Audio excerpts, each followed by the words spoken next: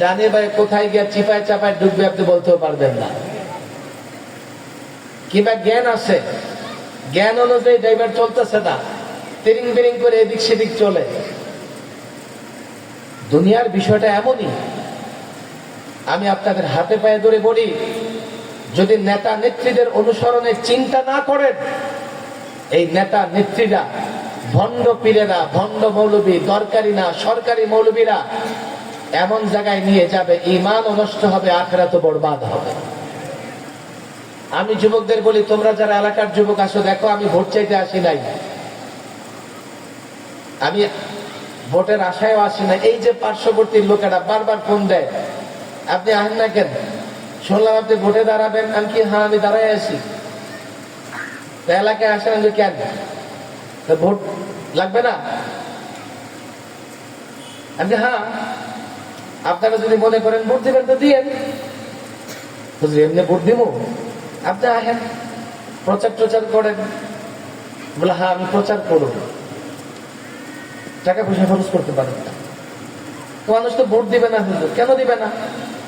মানুষকে আমি বলে দেবো, ভাইরে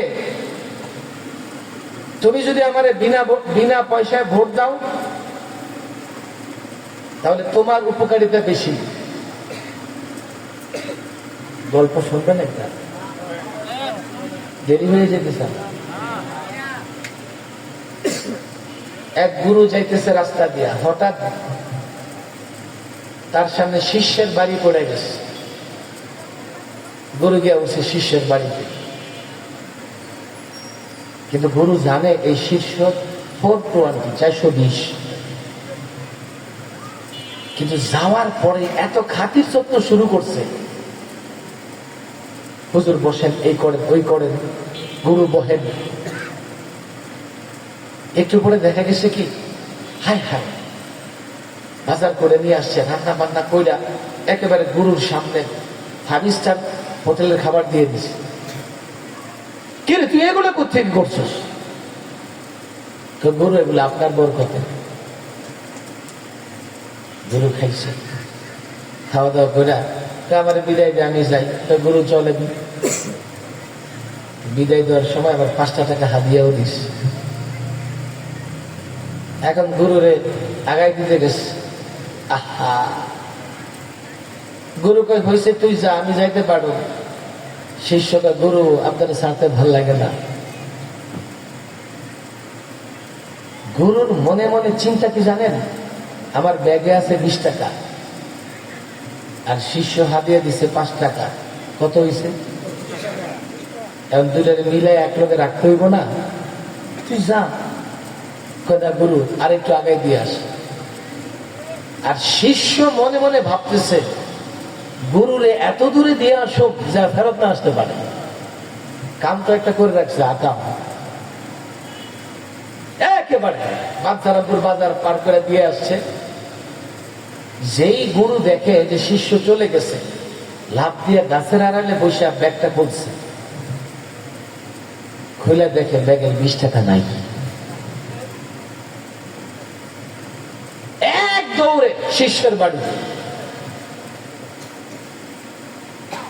গুরু, গুরু কি হইছে?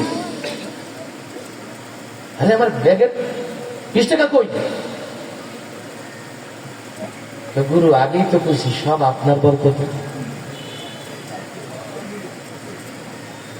আপনার ব্যাগ থেকে 20 টাকা নিয়ে 15 টাকার বাজার করে খাওয়া হয়েছে, আর 5 টাকা আপনার হাদিয়া দিছি, আমরাও দিছি। আমি বলে দেব জনগণকে, দেখো একটা গম, একটা চাউল, 1 পয়সা, রাস্তার একটা ইট আলেমের পকেটে ঢুকবে না।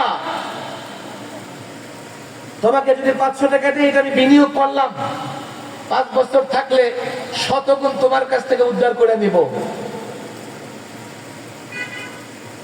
আর যদি 1 টাকাও না দেই, সরকারি বরাদ্দ আসে, মিস্টার 10, মিস্টার 20, ইঞ্জিনিয়ার, এই সেই কত কিছুকে দেওয়া লাগে। গভর্নমেন্ট থেকে যে বরাদ্দ আসে, এই বরাদ্দ জনগণ পর্যন্ত পৌঁছাইলে জনগণের কোথাও উন্নয়ন ছাড়া থাকবে না। চাইলে দাও, নাহলে না দাও, আমার থেকে লাগছে মাহফিল বাদ দিয়ে গিয়ে বয়ে থাকো।